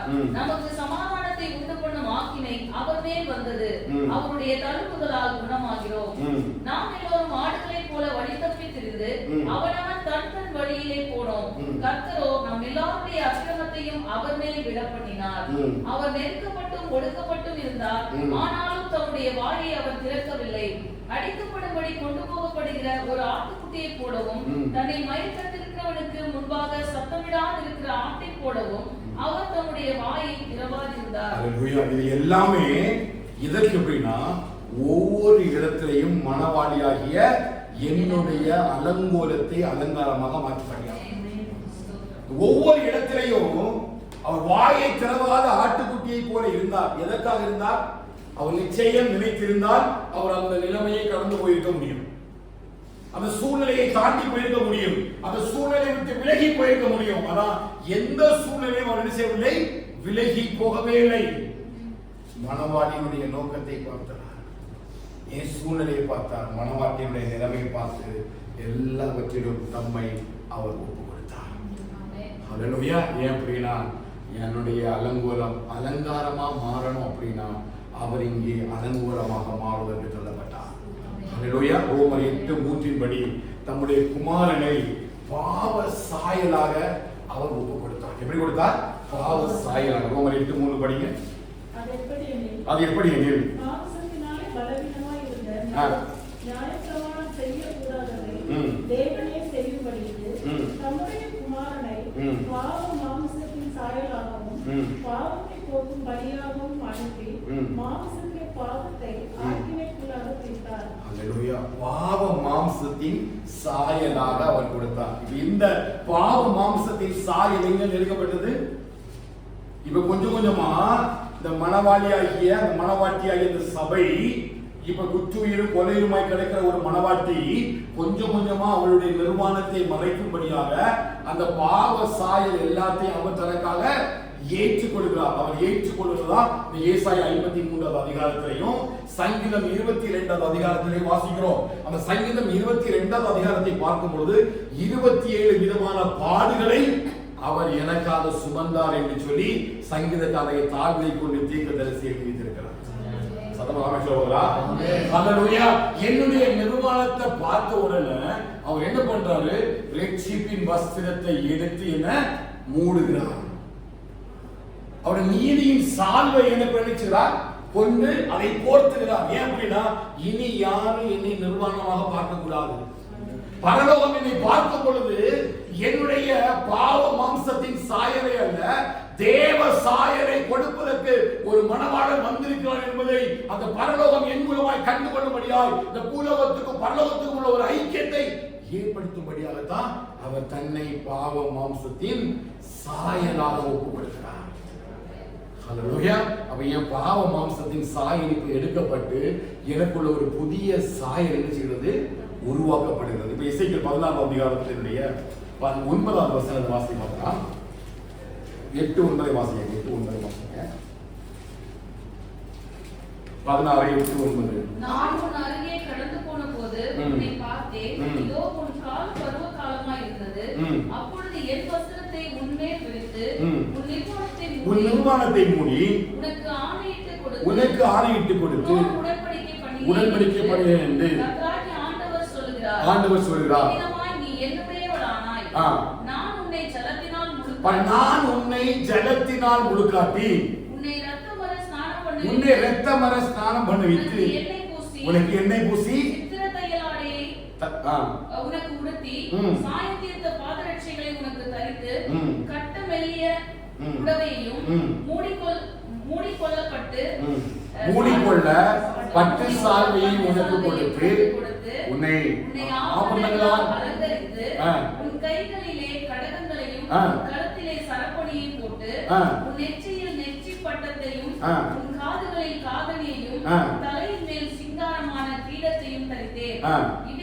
இவ்விதமாய் பொன்னினாலும் வெள்ளியினாலும் நீ அலங்கரிக்கப்பட்டாய். உன் உடுப்பு மெல்லிய புடவையும் பட்டும் சித்திர தையலாடையுமாய் இருந்தது. மெல்லிய மாவையும் தேனையும் நெய்யையும் சாப்பிட்டாய். நீ மிகவும் அழகுள்ளவளாகி ராஜ்யத்தை சுதந்தரிக்கும் சாத்தியத்தையும் பெற்றாய். உன் அழகினாலே உன் கீர்த்தி புறஜாதிகளுக்குள்ளே பிரசித்தமாயிற்று. நான் உன்மேல் வைத்த என் மகிமையினாலே அது குறைவற்றதாய் இருந்ததென்று கர்த்தராகிய ஆண்டவர் சொல்கிறார். ஹல்லேலூயா. எப்படி இருந்த மனவாட்டியாகிய என்னை எப்படி மாற்றியிருக்கிறார் பாருங்க. என் நிலைமை என்ன? ஒண்ணுமே இல்ல. என் கழுத்துல ஒண்ணும் இல்லை, எனக்கு உடையே இல்ல, எனக்கு வஸ்திரமே இல்ல. யோசித்து பாருங்க, வஸ்திரம் இல்லாத ஒருத்தனை அவரை எடுத்து அவர் அலங்கோலமாய் மாறி என்ன ஸ்நானப்படுத்தி குளிப்பாட்டி அவருடைய வஸ்திரத்தை போட்டுட்டு போனது மாத்திரமல்ல, பொன்னினாலும் வெள்ளியினாலும் என்ன சொல்றேன் சொல்லுவாங்க. ஹல்லேலூயா. இப்ப நம்ம எப்படி இருக்கிறோம்? எப்படி இருக்கிறோம்? இப்ப 61:10 படிங்க. ஏசாயா 61:10 படிங்க. ஏசாயா 61:10 படிங்க. இப்ப எப்படி இருக்கிறீங்க? சபை கர்த்தருக்குள் பூரிப்பாய் மகிழ்கிறேன். தேவனுக்குள் நாக்குமா கலிகூர்ந்திருக்கிறது. பணவாளன் ஆபரணங்களால் தன்னை மணவாட்டி நகைகளால் தன்னை சிங்காரித்துக் கொள்கிறதற்கும் ஒப்பாக அவர் ரட்சிப்பின் வஸ்திரங்களை எனக்கு உடுத்தி நீதியின் சால்வை எனக்கு தரித்தார். எப்படி தரித்தாரு?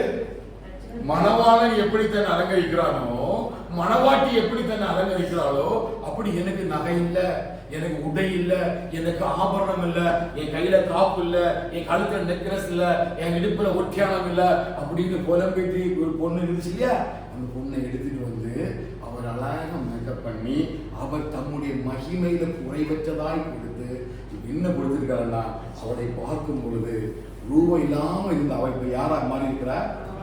சத்தமா சொல்லுங்க. எப்படி நம்ம மாற்றிருக்கிறாரு? இப்ப நான் ஒய்யாரமா நெக்லஸ், காலத்துல நெக்லஸ் போட்டு, கையில வளையல் போட்டு, நல்ல பூவெல்லாம் வச்சு, நல்ல கொண்ட போட்டு, நல்ல சித்திரலாடை பட்டு சாலையெல்லாம் தரித்து இவன் ரோட்ல நான் ஒய்யாரமா நடக்கிறேன். இது எங்க வந்தது? சிலுவையில் வந்தது. இது எங்க இந்த அலங்காரம் கொடுக்கப்பட்டது? அலங்காரத்தை எனக்கு தந்தவர் யார்? எப்படி தந்தாரு? அவர் அலங்காரத்தை அந்த அலங்கோலமாய் மாற்றி அந்த அலங்காரத்தை எனக்குள்ள சிருஷ்டிக்க பண்ணினார். சத்தமோ ராமேஸ்வரம். எவ்வளவு பெரிய தேவன் இல்லையா? இந்த தேவனை விட்டு எப்படிங்க நம்ம வழிகளுக்கு வர முடியும்? இவ்வளவு பெரிய அன்பை உலகம் உணர்ந்து கொள்ளாத, அறிவு கட்டாத அந்த அன்பை உணர்ந்த பின்பும், சத்தியத்தை அறிகிற அறிவை அடைந்த பின்பும் எப்படி நம்ம மகிழ்ந்து, எப்படி இந்த சத்தியத்தை விட்டு உலகத்தினுடைய அந்த வேஷத்தை நம்மளால தணிக்க முடியும்? இவ்வளவு பெரிய அன்பு எனக்காக கொடுக்கப்பட்டது. எங்க அப்பா காட்டல, எங்க அம்மா காட்டல, என்னுடைய யார் உறவினர்களோ நண்பர்களோ யாருமே என் மேல விருப்பமா அன்பா இருந்ததே இல்லை. இன்றைக்கு வரைக்கும் யாரா என்ன உண்மையா நேசிக்கிறா? சொல்லுங்க. யார் நேசி? உங்க கணவனா? உங்க மனைவியா? உங்க பிள்ளைகளா? இல்லங்க, இதெல்லாம் ஒரு நாள் போய்விடும். என்னை நேசிக்கிறவர் அவர் மட்டும்தான். ஹல்லேலூயா. என்னை முடிவு பரியந்தம் இந்த தேவன் என்னைக்குள்ள சதா காலங்களிலும் அவர் என்னுடைய தேவன், மரண பரியந்தம் நடத்துவார். இதுதான் தேவன் எனக்கு காண்பித்த ஆவிக்குரிய அலங்காரம். என்ன மனவாட்டியா அலங்கரிச்சுட்டார். இப்ப நீங்க சங்கீதம் 22க்கு வந்தீங்களா? டைம் இருக்குமான்னு தெரியாது. ஒரு சில வசனங்களை மட்டும் நம்ம வாசித்து நம்ம எப்படி அந்த அலங்காரத்தை நம்ம சூழ்நிலை வச்சிருக்கிறோம், அந்த அலங்காரத்தை இழக்கும் போது என்ன நடக்குது அப்படிங்கிறதையும் அதை வந்து பார்க்கிறோம். முதலாவது வசனம் வாசிங்க. தேவனே, தேவனே, ஏன் என்னை கைவிட்டீர்? எனக்கு உதவி செய்யாமலும் நான் கதறி சொல்லும் வார்த்தைகளை கேளாமல் ஏன் தூரமாய் இருக்கிறேன்? பாருங்க என்ன சொல்றாரு, என் தேவனே ஏன் என்னை கைவிட்டீர்? ஏன் இந்த வார்த்தையை யூஸ் பண்றாரு? நான் நேரத்துக்கு சொன்னேன், அந்த பாவ மாம்சத்தின் சாயல் அவருக்குள்ள கொடுக்கப்பட்டது. அவர் தேவ சாயலாக தேவ ரூபமாக தான் எல்லாவற்றையும் செய்து வருகிறார். ரோமர் 8:3 படி அந்த பாவ மாம்சத்தினுடைய சாயல் அவருக்குள்ள வரும்போது பிதாவுடைய முகம் குமாரனாகிய கிறிஸ்துவை விட்டு மறைக்கப்படுகிறது. இப்ப என்ன ஆயிடுச்சு, அந்த தேவ சாயல் போயிட்டு இப்ப எது உள்ள வந்துருச்சு? பாவ சாயல் உள்ள வந்துருச்சு. அவர் என்ன சொல்றாரு, நானும் என் பிதாவும் ஒன்றா இருக்கிறோம். அதான் சத்தியம் சொன்னேன், நானும் என் பிதாவும் ஒன்றா இருக்கிறோம். அப்படின்னா பிதா யாருன்னு சொன்னாரு? பிதா சத்தியம் உள்ளவர். அப்போ ஆண்டவராகிய இயேசு கிறிஸ்து கிருபையும் சத்தியத்தினால் நிறைந்தவராய். அப்ப சத்தியம் யாரா இருந்தாரு? பிதாவாக இருந்தாரு. அப்ப அந்த கிருபை யாரு? இயேசு. அப்போ அதெல்லாம் அந்த கிருபையாகிய இயேசுவும் சத்தியமாகிய பிதாவும் சேர்ந்துதான் அவர் நமக்குள்ளே வாசம் பண்ணுறாங்க. அதான் சொல்றாங்க, ஒருவரும் கிருபையும் சத்தியமும் ஒன்றை விட்டு ஒன்று விலகாது. இந்த கிருபையும் சத்தியமும் சேர்ந்து கவர்ப்படும், ஒன்றை ஒன்று சந்திக்கும், ஒன்றை ஒன்று முத்தம் செய்யும், ஒன்றோடு ஒன்று பயணப்படும். ஒரு இடத்திலையும் இந்த சாயல் விட்டு விலகவே செய்யாது. அப்ப கிருபையும் சத்தியம் என்று சொல்வது, கிருபை இயேசுவாகவும் சத்தியம் பிதாவாகிய தேவன் பரிசுத்தம் உள்ளவராகவும் இருக்கிறார். அப்படி சிலுவையில அந்த பாவ சாயல் எல்லாம் பாவம் எல்லாம் அவருக்குள்ள வந்த பொழுது அவர் ஜெபிக்கிறார், ஆண்டவரே இந்த பாத்திரம் விட்டு நீங்க கூடுமானால் நீங்க இல்லையா? அது அடுத்த வசனம் தான் சொல்றாரு பாருங்க, என் தேவனே நான்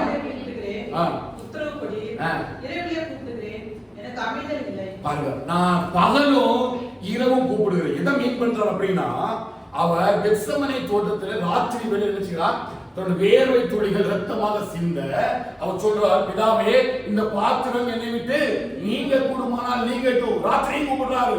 மறுநாள் சிலுவையில் அவர் அறையப்படக்கூடிய நேரம் பகல் 3 மணி வரையா இருந்தது. பகல்லையும் கதறாரு, தேவரே இந்த சித்தம் உமக்கு முன்பதாக இருந்தால் மட்டும் இருக்கட்டும், இல்லைன்னா இந்த பாத்திரம் என்னை விட்டு நீங்கும்படி செய்யும். ஹல்லேலூயா. ஏன் தெரியுமா அவ்வளவு குமுறலின் சத்தம்? எதற்காக இந்த கதலின் சத்தம் தெரியுமா? குற்றுயிரும் கொலையுருமாய் கிடக்கிற நம் மனவாசியுடைய அலங்கோலத்தை மாற்றுவதற்காக. ஹல்லேலூயா. எனக்கு ரட்சிப்பு தரப்பட்டிருக்கிறது, நான் விசுவாசத்தினால் ரட்சிக்கப்பட்டிருக்கிறேன், விசுவாசத்தினால் ஆண்டவரை தரித்திருக்கிறேன் என்று சொல்லுகிற ஒவ்வொரு அலங்காரத்துக்குள்ளேயும் ஒரு குமுறலின் சத்தம் கேட்கப்படுகிறது. என் தேவனே ஏன் என்னை கைவிட்டீர்கள்? சாதாரணமாக இந்த ரட்சிப்பு எனக்கு கிடைக்கல. அதனால புறஜாதி யூதர்கள் அதனால அவ்வளவு கோபமா இருந்தாங்க. எப்படி விசுவாசம் என்கிற வார்த்தையை வச்சு இந்த ரட்சிப்பு கொண்டு வர முடியும்? அவங்க என்ன விசுவாசித்தாங்க?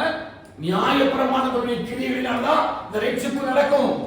அப்படி நியாயப்பிரமாணங்கள் 613 நியாயப்பிரமாணங்கள் கொடுக்கப்பட்டிருக்கிற இந்த விசுவாசம் என்கிற வார்த்தையை வைத்து எப்படி ஒரு ரட்சிப்பை ஒரு மனுஷனுக்குள்ள கொண்டு வர முடியும்? அவரால் ஏற்றுக்கொள்ள முடியாத சத்தியம். ஆனால் வேதம் சொல்கிறது, யாரெல்லாம் அந்த ஒரே பேரோட குமாரனாகிய இயேசுவை விசுவாசிக்கிறார்களோ ஒருவனும் கெட்டு போகாமல் நித்திய ஜீவனை அடையும்படிக்கு இவ்வளவாய் கர்த்தர் எனக்கு அனுப்பினார். இந்த சத்தியத்தை அறிந்த என்னால என்ன செய்ய முடியாது? உலகத்துக்குள்ள போய் பாவம் செய்ய முடியாது. இந்த ஏன் வசனங்கள் சத்தியம் எல்லாம் ஒரு பயம் இல்லாம இருக்குது? வசனத்துக்கு கீழ்ப்படியறனா யாருக்கு ஜனங்களுக்கு பயம் இல்லை? இந்த வசனத்துடைய முக்கியத்துவம் தெரியவில்லை. என்னன்னா இந்த சத்தியம் எப்படி எனக்கு கிடைத்தது என்று சொன்னால், ஒருவருடைய அலங்கோலத்தின் நிமித்தமா தான் நான் இந்த அலங்காரத்தை என் கரங்களை வச்சிருக்கிறேன். ஹல்லேலூயா. அவர் அலங்கோலமா மாறினால்தான் அவர் சிலுவையிலே பிதாவாகிய தேவன் குமாரனாகிய கிறிஸ்துவும் கதறினார்கள். நான் நேற்று சொன்னது போல தன்னுடைய குமாரன் அந்த அளவிற்கு பாடுகளை சுமந்து பூமியில் நடக்கும் பொழுது தன்னுடைய தகப்பனால நிம்மதியா இருக்க முடியுமாங்க? பிள்ளைக்கு ஒரு கஷ்டம் வரும் பொழுது எவ்வளவு துடித்து போவோம். ஆண்டவரே ஒருவேளை எனக்கு வந்தா கூட பிரச்சனை இல்லை, என் பிள்ளைக்கு இது வராம இருப்பதாக. இந்த உலகத்திற்காக அவர் அடிக்கப்படும் பொழுது தன்னுடைய மடியில செல்ல பிள்ளையை விளையாடி கொண்டிருந்த தன்னுடைய குமாரனாகிய கிறிஸ்துவை அவர் சிலுவையிலே கொடுக்கும் பொழுது பிதாவாகிய தேவனுடைய அவருடைய மனதுடைய நிலைமை யோசித்து பாருங்க. ஹல்லேலூயா. இந்த எண்ணத்தோடு கூட இந்த சத்தியத்தை நீங்க படிப்பீங்கன்னா ஒரு நாள் நீங்க சத்தியத்தை விட்டு விலக மாட்டீங்க. உங்களை விலகவே விடாதது. இந்த சத்தியம் தெரியாதனாலதான் இன்னும் வரக்கூடிய சந்ததிகளுக்கு இது ஒண்ணுமே சொல்லிக் கொடுக்கப்படாதனாலதான் உலகத்தோடு கூட இந்த சத்தியத்தை இணைத்துக் கொண்டு ஓடுவார்கள். ஹல்லேலூயா. உலகத்தோடு கூட இந்த சத்தியத்தை இணைத்து உலகமும் சபையும் சேர்ந்து எனக்கு ஓடுறது எதனால தெரியுமா? அந்த அலங்கோலத்தை இன்னைக்கு சபை ஜனங்களுக்கு காட்டி கொடுக்கிறப்ப உன் ரட்சிப்பு எப்படி வந்தது, நீ எப்படி தேவனுடைய குமாரனானா, எப்படி நீ ஆபிரகாமுக்கு சந்ததியா மாறினா, எப்படி தேவனுடைய சபைக்குள்ள நீ உட்கார்ந்திருக்கிறா, எப்படி தேவனுடைய ஜனமாய் நீ அழைக்கப்படுகிறாய் என்கிற அந்த ஆவிக்குரிய சத்தியம் இன்னைக்கு சபைகளில ஒடுக்கப்படாதனாலதான் இன்னைக்கு மனமும் மாம்சம் விரும்பினபடியெல்லாம் இன்னைக்கு சபை நடத்தப்படுகிறது. நிச்சயமா இந்த சத்தியத்தை அறிகிற அறிவை ஒருத்தன் உண்மையா அறிந்திருப்பான் என்று சொன்னால் அவனால பாவ மாம்சத்தின் சாயலை தணிக்கவே முடியாது. அதனால பவுல் சொல்றாரு, இந்த உலகத்துல எல்லாவற்றையும் அனுபவிக்க எனக்கு அதிகாரம் உண்டு, ஆனா எல்லாம் எனக்கு என்ன செய்யாது, தகுதியாக. ஏன்னா எங்களுடைய தகுதி எங்கள் தேவனால் உண்டாயிருக்காங்க. எப்படி சொல்றீங்க? தகுதி எங்க தேவனால். நீ எல்லாம் அனுபவிக்கலாத, நீ எல்லாம் அனுபவி, ஆனா எல்லாம் உனக்கு கிறிஸ்துவுக்குள்ள என்ன படுத்தாது, இருதயத்தை கர்த்தர் ஆராய்ந்து பார்க்கிறார்.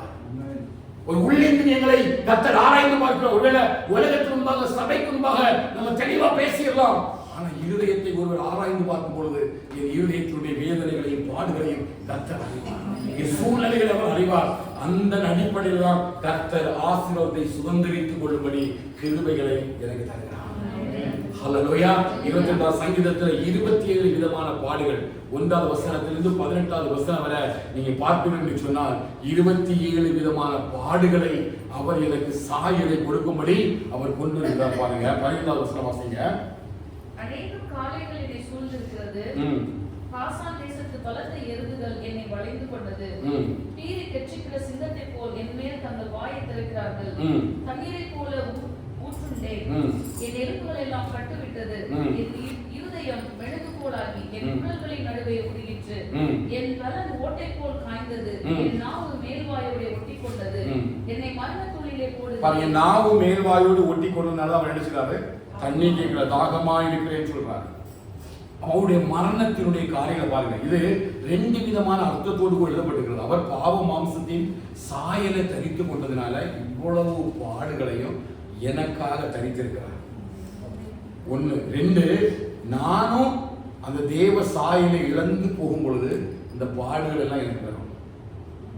என்னுடைய சரீரம் என்னுடைய வாழ்க்கையில பாருங்க, அப்பதான் சொல்லுவாங்க, என்னை விட்டு தூரமாகாதையும் அநேகம் காளைகள் என்னை சூழ்ந்திருக்கிறது. நான் உன்னதமானுடைய மறைவிலிருந்து சர்வவல்லவருடைய நிழலிலிருந்து விலகி ஓட ஆரம்பிக்கிறேன்.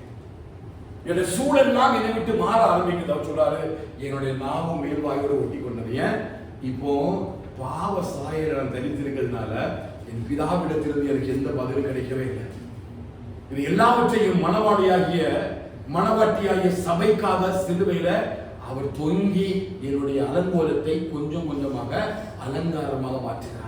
என்னுடைய கழுத்துக்கு சரப்பணி கொண்டு வருவதற்காக, என்னுடைய கைகளிலே கடகங்களை போடும்படியாக, எனக்கு மெல்லிய வஸ்திரத்தையும் சித்திர தையல் ஆடையும் பட்டு புடவையும் அவர் எனக்கு தரிப்பிப்பதற்காக கொஞ்சம் கொஞ்சமா அவர் என்ன செய்கிறார், இவ்வளவு பெரிய சூழலுக்கு தள்ளப்படுகிறார். எல்லாம் முடிஞ்சு போச்சு. சிலுவையில தனிமரமா இருக்கிறாரு. அதுவரையிலும் பிதாவானவருக்கு பதில் கொடுத்தார். பிதாவானவர் அவரை பலப்படுத்தினார். பலப்படுத்தினார் இல்லையா? 1:16 சொல்றாரு, பலவீனமாய் அவர் அறையப்பட்டிருந்தாலும் பிதாவாகிய தேவன் அவரை பலப்படுத்தினார். ஆனா இந்த சூழல் எல்லாம் முடிந்த பிறகு அவர் பிதாவாகிய தேவனை நோக்கி கூப்பிடும் பொழுது அங்கே அவருக்கு பதில் கொடுப்பதற்கு பிதாவாகிய தேவன் இல்லை. இங்க பார்க்கிற நேரம் அந்த பாவ சாயலினால, நெருக்கத்தினால மரணத்தினுடைய சாயல், பாதாளத்தினுடைய சாயல், பாதாளத்தினுடைய சத்தங்கள், மரணத்தினுடைய ஓலங்கள், பாசான் தேசத்து காளைகளை அதுக்கு ஒப்பிட்டு பேசுறாங்க. நாய்கள் சூழ்ந்து கொண்டது. அதை பார்க்கும் பொழுது நாவும் மேல்வாயோடு ஒட்டி கொண்டது. குடிப்பதற்கு தாகம் இருக்கிறது, தண்ணி இல்ல. கேட்கிறாரு, தாகமா இருக்கிறேன். யாருக்காக? அதாவது 2 விதமா பேசுறோம். ஒண்ணு அவருடைய சரீரத்தில் ஏற்பட்ட தாகம், இன்னொன்னு ஆவிக்குரிய வாழ்க்கை அவருக்கு ஏற்பட்ட தாகம்.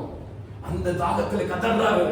இதற்கு நான் மனவட்டி பார்க்கிறாரு, உண்மையில தாகமா இருக்கிறேன், பரவாயில்ல, இந்த தாகம் தீர்ந்தாலும் ஒன்னு நான் அலங்கரிப்பா மாற்றிடுவேன். நான் ஒருவனை இழந்துவதற்கு விருப்பமா இல்லை. நான் பார்த்தேன், யோவான் 16:17 ஜெபித்தார் இல்லையா, நீ தந்த ஒருவரையும் இழந்து விடாத அளவிற்கு நான் இருக்கிறேன். ஹல்லேலூயா. நீ பாவ சாயை இழந்து ஓடும் பொழுது தேவனுடைய சாயலை இழந்து நீ உலகத்தை நீராய் ஓடும் பொழுது இந்த நெருக்கங்கள்லாம் நமக்குள்ள வரும். என்ன வரும்?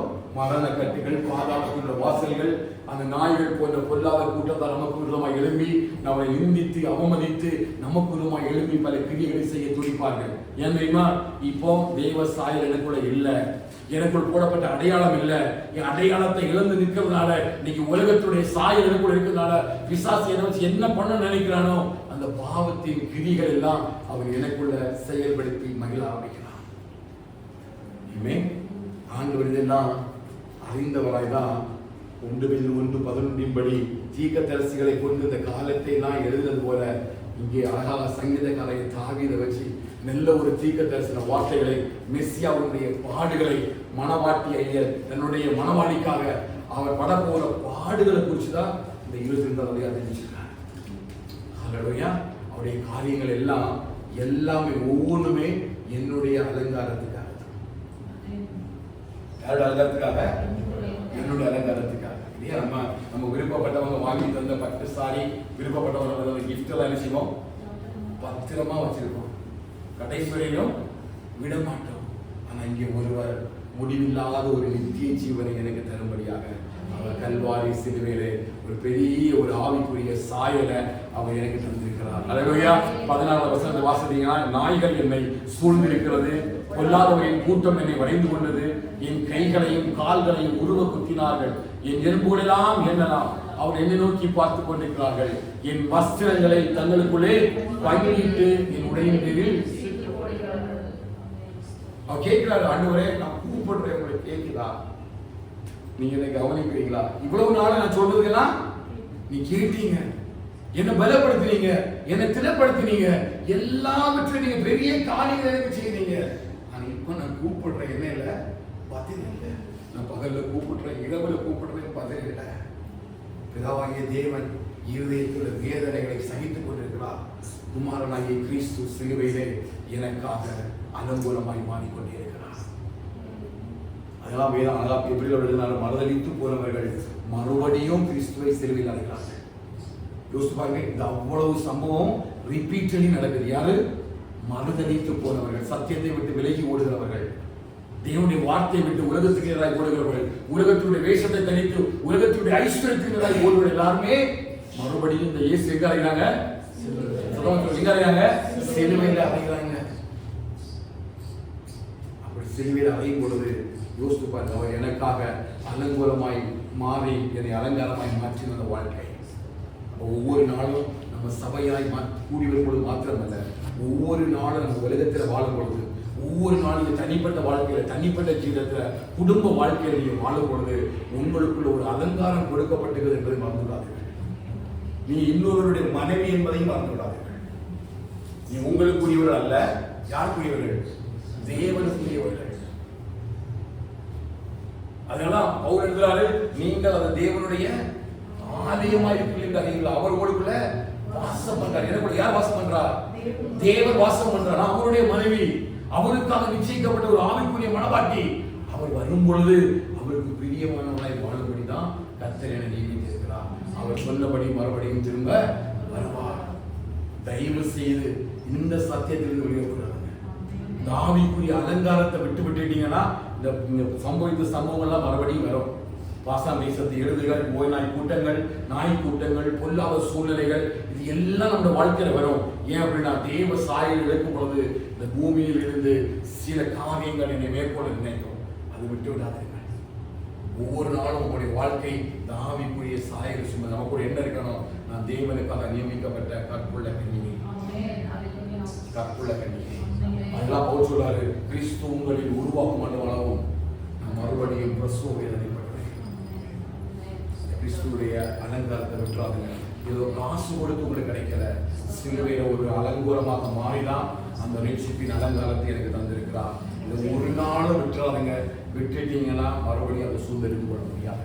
சத்தியத்தை விட்டு விலகாம உலகத்தினுடைய ஐஸ்வர்யத்தின் மேல, கவலைகள் மேல இல்லாம முதலாவது தேவனுடைய ராஜ்யத்தையும் அவருடைய நீதியும் தேடி நீங்க ஓடும்பொழுது நிச்சயமா இது எல்லாவற்றையும் இந்த உலகத்தில் உள்ள சகல ஆசீர்வாதத்தை தந்து கர்த்தர் உங்களுடைய ஆசீர்வதிப்பார் என்று சொல்லி பலிபீடத்தில் நான் நம்முடைய ஆசீர்வதிக்கிறேன். அந்த ஆசீர்வாதம் நிச்சயமா உங்களுக்குள்ள தங்கும், ஒரு மாற்றம் இல்லாத. ஆனா என்ன விலை கொடுத்தாலும் ரட்சிப்பின் அலங்காரத்தை விட்டுறாங்க.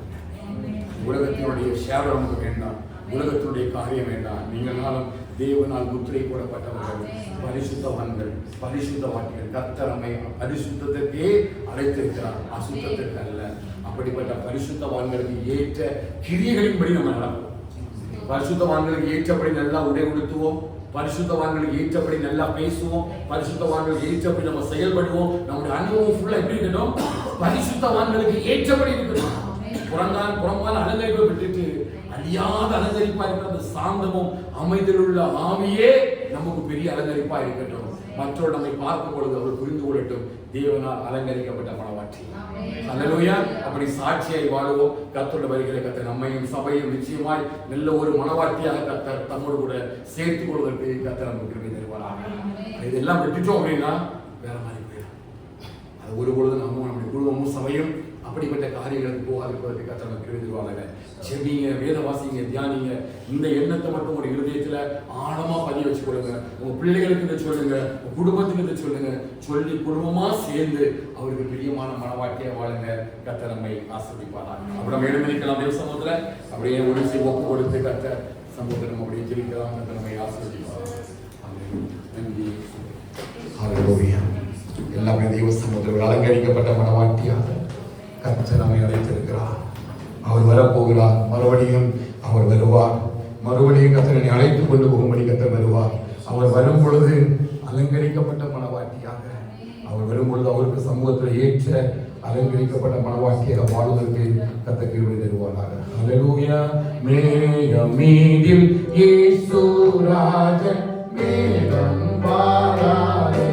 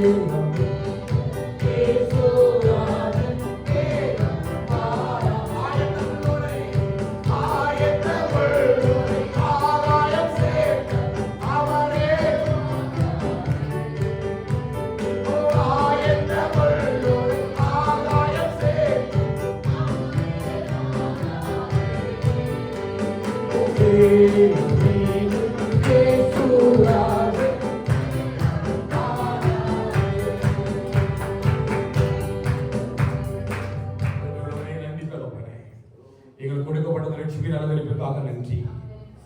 அலங்கரிக்கப்பட்ட மனவாட்டியை சபையாய் கர்த்தரை ஆயத்தப்படுவதற்காக ஸ்தோத்திரம். மிக மீது ஆண்டவரை இயேசு கிறிஸ்து வரும் பொழுது ஆண்டவரின் எல்லோரும் அலங்கரிக்கப்பட்ட மனவாட்டியாக எங்கள் சபையும் எடுத்துக் கொள்ளப்பட கர்த்தர் கிருபை செய்வீராக. எங்களோட பேசும் நல்ல சத்திய வசனத்திற்காக ஸ்தோத்திரம். அதை கேட்கிறவர்களாய் மாத்திரமல்ல, வாசுக்களாய் மாத்திரமல்ல, திருவசனத்தின்படி செய்கிறவர்களாகவும் கிரியைகளை செயல்படுத்துவதாக காணப்பட கர்த்தர் சபைக்கு தருகிறார். இந்த வாரம் முழுவதும் கர்த்தரை வழிநடத்தப்பட நாங்கள் ஜெபிக்கிறோம். நடக்கிற எல்லா ஊழியத்திலையும் கர்த்தருடைய கரம் இருக்க முடியாது நாங்கள் ஜெபிக்கிறோம். மூக்கில் வருத்திலும் கூட இருக்க முடியாது நாங்கள் ஜெபிக்கிறோம். தாம் எல்லாவற்றும் கர்த்தர் நாம் மகிமைப்பட கர்த்தர் கிருபை செய்வீராக. சந்தோஷத்தோடு சமாதானத்தோடு கூட கர்த்தரை நாங்கள் ஜெபிக்கிறோம். புதிய மாதத்துக்குள் பிரவேசிக்கும் போது அன்று நன்றி பலியோடு கூட அதை எடுத்துக்கொள்ள கர்த்தர் கிருபை செய்யும்படியாக நாங்கள் ஜெபிக்கிறோம். வார்த்தைகளை கூட பரிசுத்தப்படுத்தி பயன்படுத்தும். நாமத்துக்கு மகிமை கொண்டு வரப்பட ஜெபிக்கிறோம். கர்த்தாவே சகல துதிக்கான மகிமை எல்லாம் நமக்கு செலுத்துகிறோம். இயேசுவின் நாமத்தில் ஜெபிக்கிறோம் எங்கள் ஜீவனில் பிதாவே. ஆமென். ஆமென். ஆத்மாவே கர்த்தரை ஸ்தோத்திரி. எங்களுடைய சுவாமி ஸ்தோத்திரி. என் ஆத்மாவே கர்த்தரை ஸ்தோத்திரி. கர்த்தர் சகல வரவாதி. ஆமென். ஆமென். ஆமென். ஆஸ்தோத்திரம் நம்முடைய கர்த்தராகிய இயேசு கிருபையும் பிதாவாகிய தேவனுடைய அன்பும் பரிசுத்தவான்களுடைய ஐக்கியமும் செய்யும். இன்றும் சதா காலங்களிலும் ஆண்டவராகிய இயேசு பரிபூரண சகல பரிசுத்தவான்களோடும் சபையோடும் நம் அனைவரோடும் கூட இருப்பதாக. ஆமென். ஆமென். ஆமென். சிலுவை சுமந்து இயேசுவின் பின் சிரித்த முகமாய்